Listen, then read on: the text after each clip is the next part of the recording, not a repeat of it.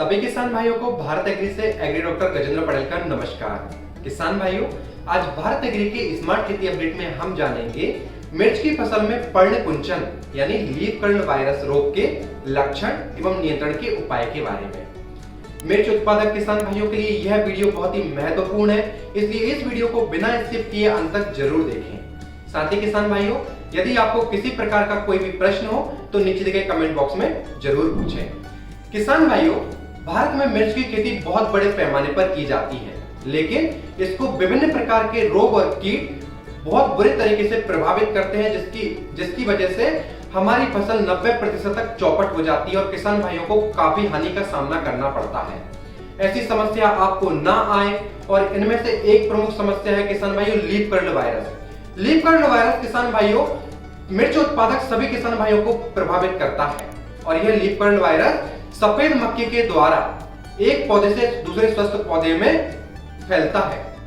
यह रोग हमारी फसल को बहुत बुरे तरीके से प्रभावित करता है। इसके द्वारा फसल में 95% तक उत्पादन में कमी देखी गई है। इसके द्वारा पूरे खेत के खेत चौपट हो गए हैं। ऐसी समस्या आपको ना आए और आपकी फसल स्वस्थ रहे, उससे आप अधिक उत्पादन प्राप्त कर सकें, तो इसके लिए किसान भाइयों आज मैं वीडियो में बताने जा रहा हूं आपके लिए प्रमुख उपाय। किसान भाइयों, सबसे पहले जानेंगे इसके लक्षण। किसान भाइयों, यह रोग चूंकि सफेद मक्खी के द्वारा होता है। सफेद मक्खी छोटे छोटे कीट होते हैं जिनके प्रौढ़ एवं जो निम्फ यानी शिशु होते हैं वो पत्तियों की निचली सतह से रस चूसते हैं।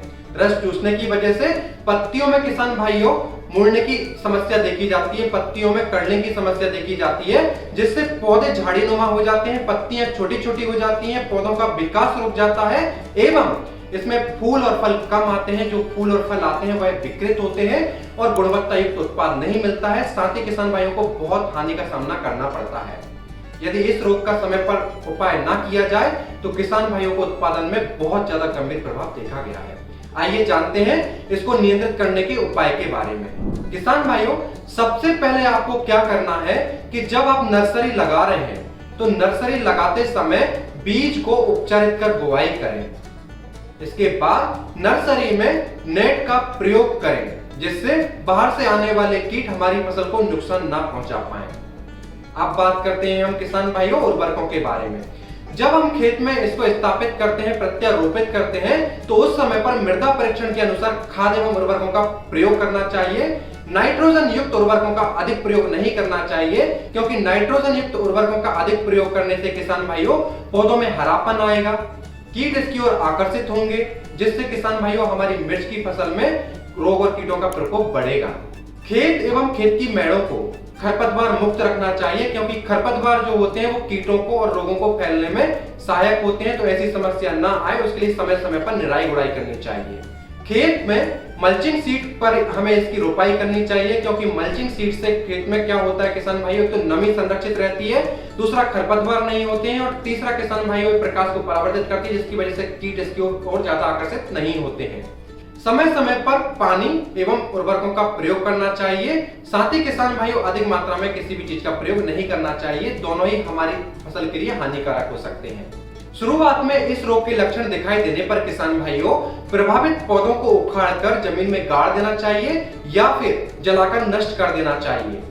साथ ही चूंकि ये सफेद मक्खी के द्वारा होता है, तो सफेद मक्खी की निगरानी के लिए प्रति एकड़ 8 से 10 पीले स्टिकी ट्रैप लगाए जाने चाहिए। समय समय पर उनकी निगरानी की जानी चाहिए। यदि आपको वहां पे 7 से 10 मक्खियां प्रति स्टिकी ट्रैप पर दिखाई देती हैं, तो जैविक, रासायनिक और यांत्रिक उपाय अपनाकर इन्हें नष्ट किया जाना चाहिए। रोग प्रतिरोधी किस्मों का चयन करना चाहिए, जैसे पूसा ज्वाला, पंतसी वन, पूसा सदाबहार, पंजाब लाल आदि किस्मों को लगाया जाना चाहिए। खेत में जल निकासी की उचित व्यवस्था होनी चाहिए, क्योंकि जल निकासी ना होने की वजह से पौधों में तनाव आता है, पौधों में विल्ट आता है और पौधों में किसान भाइयों बढ़ोतरी नहीं होती है, जिससे उत्पादन में कमी आती है। मिर्च की फसल को लगातार एक ही स्थान पर नहीं लेना चाहिए, क्योंकि ऐसा करने से मृदा जनित एवं बीज जनित रोगों का प्रकोप, संक्रमण ज्यादा बढ़ जाता है और हमारी फसल में यह समस्या देखी जाती है। शुरुआत में इसे नियंत्रित करने के लिए किसान भाइयों प्रति सप्ताह यानी 15 दिन में 2 बार नीम तेल 10,000 ppm 400 से 600 ml का प्रति 200 लीटर पानी के साथ मिलाकर छिड़काव करना चाहिए। जैविक विधि से नियंत्रण के लिए किसान भाइयों बुवेरिया बेसियाना 250 ग्राम को प्रति एकड़ की दर से छिड़काव करना चाहिए। अब बात करते हैं रासायनिक नियंत्रण के लिए किसान भाइयों। क्योंकि यह रोग सफेद मक्खी के द्वारा फैलता है, तो सफेद मक्खी को नियंत्रित करने के लिए किसान भाइयों निम्न दवाओं में से किसी एक दवा का समय समय पर स्प्रे कर इसे नियंत्रित किया जा सकता है। पायरिप्रॉक्सीफेन 5% प्लस फेनप्रोपेथ्रिन 15% इसी दवा 200 से 300 ml को 200 लीटर पानी के साथ मिलाकर प्रति एकड़ की दर से छिड़काव करना चाहिए। फेनप्रोपेथ्रिन 30% इसी दवा 100 से 136 ml 200 लीटर पानी के साथ मिलाकर प्रति एकड़ की दर से छिड़काव करना चाहिए। पायरिप्रॉक्सीफेन 10% इसी दवा 200 ml प्रति 200 लीटर पानी के साथ मिलाकर छिड़काव करना चाहिए। किसान भाइयों यह उपाय अपनाएं, अपनी फसल को चुड़रा मुड़रा रोग से मुक्ति दिलाएं और अधिक उत्पादन पाएं। प्रिय किसान भाइयों, दी गई जानकारी यदि आपको महत्वपूर्ण लगी तो इसे लाइक करें, अधिक से अधिक किसान भाइयों के साथ शेयर करें और भारत एग्री के यूट्यूब चैनल को सब्सक्राइब करना ना भूलें। धन्यवाद।